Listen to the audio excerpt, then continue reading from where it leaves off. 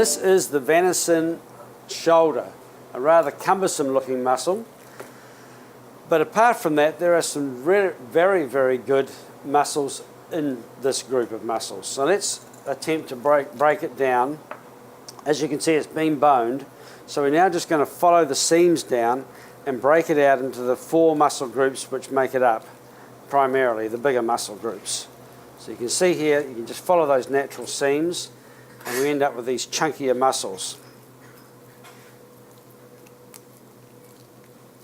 Some of it's just trim, which we'll use for making grinding.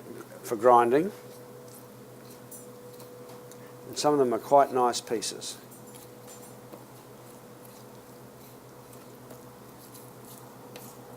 So just roll it out. It's a nice little fillet shape there. And get your finger and just sort of pull and separate the muscles a bit.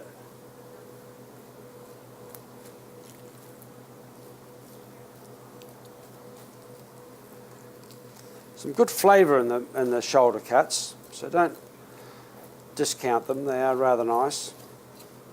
And of course with slow braising and so on, and the use of sous vide and long slow damp cooking methods, you can make some beautiful pieces with these.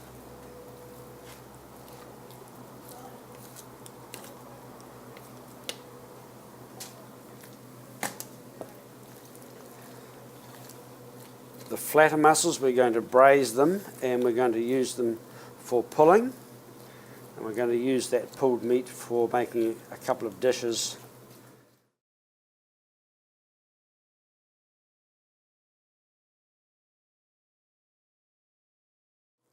One large muscle in here called the bowler that I want to get out.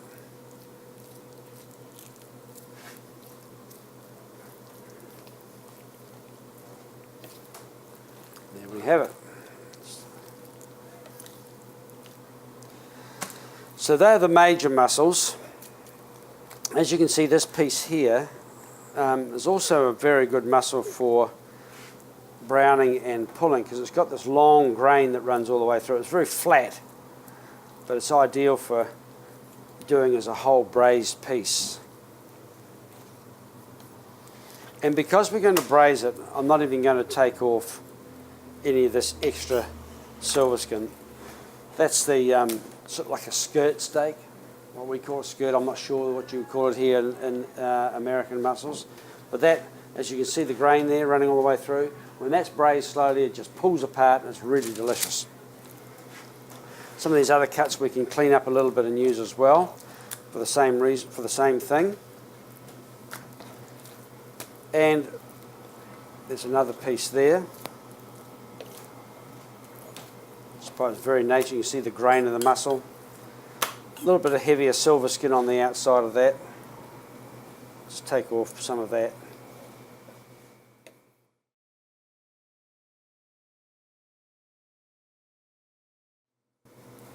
Basically, this is the outside, just under the skin of the animal. Once the coat has come off, this is what you find. There's no layer of fat or anything like you would on a cattle beast or a sheep or pork.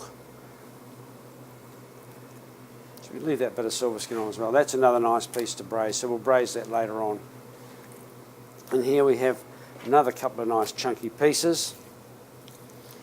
There's obviously a lot more sinew and so on in the shoulder, but that connective tissue, when it's slowly braised, breaks down and forms a nice gelatinous stock. So by braising these cuts, we also end up with a very good quality stock which we can use for making our sauces and so on, reductions in soup. So there's another cut there. But these are the main ones. The trout, which is this shaped like a trout.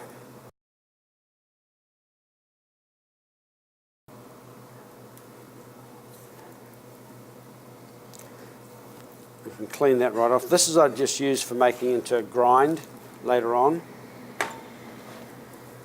Just simply take the heavier skin off it and then put it through the grinder a couple of times.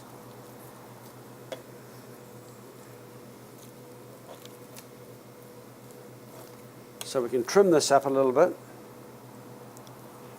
Now these petite fillets are really good if you can slow cook them. They actually come out very well. You know, temperature probe them to keep the temperature down, so you get a long, slow, moist cooking without overcooking the meat and therefore destroying it. So just take as much of that silver skin off as you can, as economically as possible.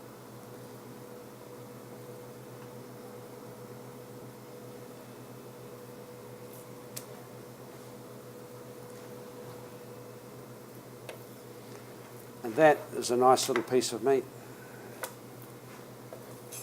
Slow cooked, sous vide, as I said, and then sliced. It's absolutely beautiful.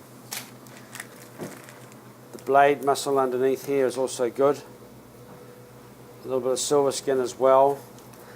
And I won't go through them all because it's a bit of a tedious operation, but you can see the same method. You can employ that and you can make another nice presentable piece to slow cook like that. The bowler also, this is great for a little family roast if you want a cheaper cut. Again, pot roasting, slow cooking, slow moist crock pot cooking is good. And it will make beautiful stew meat if you want to make a nice traditional venison stew, which I have no problem with. I mean, they are beautiful in the winter months when you're looking for something nice and hearty and warming. So many different dishes you can do with it. Just take that really heavy silver skin out.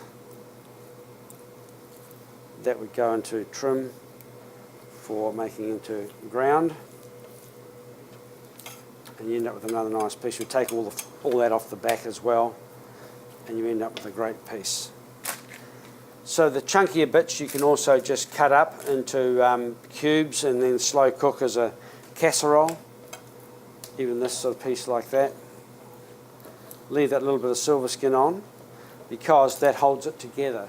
It breaks down, forms a nice gelatinous base, but it holds the meat together in the stew.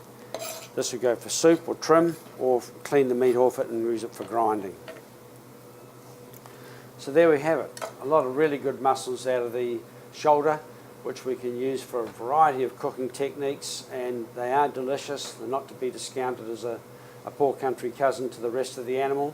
They just have to be cooked in a different manner. And with the, as I said, the sort of use of braised and pulled meat these days, it's an ideal meat for that and very popular. Make a fajita, or you could fillet, tamale, or you could make a pulled dish, like a wet dish, like a sandwich. Be perfect for that.